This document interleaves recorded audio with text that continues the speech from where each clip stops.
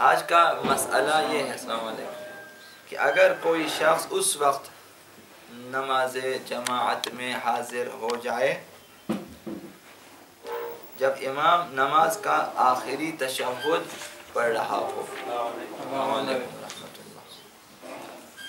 انسان لیٹ ہو جاتا ہے، دیر سے آ جاتا ہے،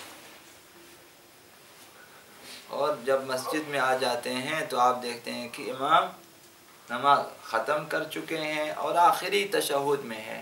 آخری رکعت کے آخری تشہد میں، اس کے بعد امام نے سلام کہنا ہے۔ آپ نماز جماعت کے لیے آئے تھے، آپ نے دیکھا کہ نماز ختم ہو رہی ہے، تو اس کے پاس یہ آپشن موجود ہے، یہ سہولت ہے اس کے پاس، شریعت کی طرف سے یہ اجازت ہے کہ وہ نیت باندھے، نماز با جماعت کی نیت کرے جلدی سے، اور پھر تکبیرۃ الاحرام کہہ دے۔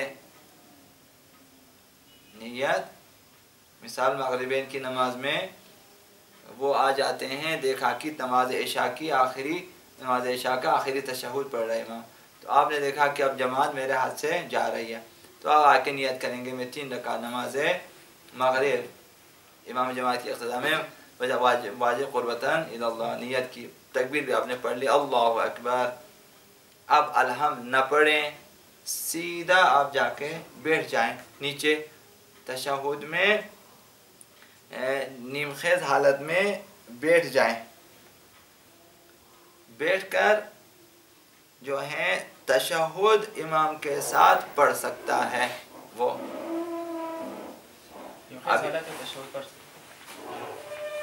تشہد پڑھ سکتا ہے، آپ نے امام کے ساتھ تشہد پڑھ لیا، لیکن احتیاط واجب کی بنا پر سلام نہ کہے۔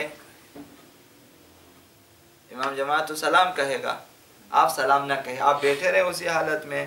اور انتظار کریں، جب امام سلام پڑھ لے تو کھڑا ہو کر دوبارہ نیت اور تکبیرۃ الاحرام کے بغیر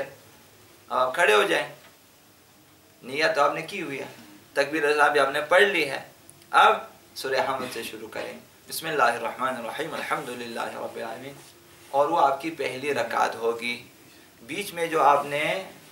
کام کیا ہے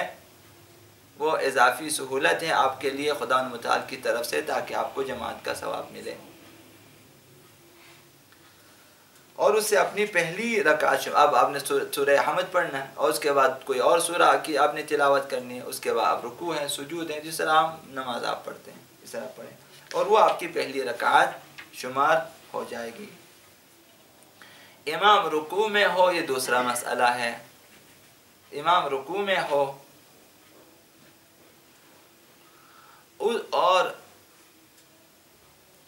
اس وقت آپ نے اقتداء کی امام کی، امام ابھی رکوع میں سبحان ربی العظیم وبحمدہ کہہ رہے ہیں، آپ نے آ کر امام کی 3 رکعت نماز مغرب امام حاضر کی اقتداء بجا لاتا ہوں واجب قربتاً الی اللہ، آپ نے اقتداء کی اور رکوع میں امام کو رکوع میں پا لیا آپ نے، امام رکوع میں تھے کہ آپ پہنچے، امام ابھی تک رکوع میں تھے آپ پہنچ گئے، اگرچہ ذکر امام کا ذکر ختم ہو چکا تھا، سبحان ربی العظیم و بحمدہ اللہم صلی علی محمد وآل محمد یا سبحان اللہ، یہ امام نے ختم کیا، لیکن آپ پہنچ گئے، خلاصہ امام اس وقت رکوع میں تھے، تو آپ کی نماز باجماعت صحیح ہوگی، آپ نے الحمد نہیں پڑھا، سورہ بھی نہیں پڑھا، نیت کی، تکبیر کہہ کے آپ گئے رکوع میں امام کے ساتھ ملے، خدا نے یہ سہولت آپ کو دی کہ یہ نماز باجماعت آپ کے امام نے جو حمد و سورہ پڑھا وہ آپ کے لیے بھی ہے، کافی ہے، آپ کی نماز باجماعت صحیح ہوگی، لیکن اگر آپ نے نیت کی، تکبیر پڑھ لی، گئے رکوع میں، لیکن امام اٹھ گئے، آپ نے امام جماعت کو رکوع میں نہیں پایا، آپ رکوع میں گئے امام اٹھ گئے، رکوع میں دونوں نہیں پہنچے،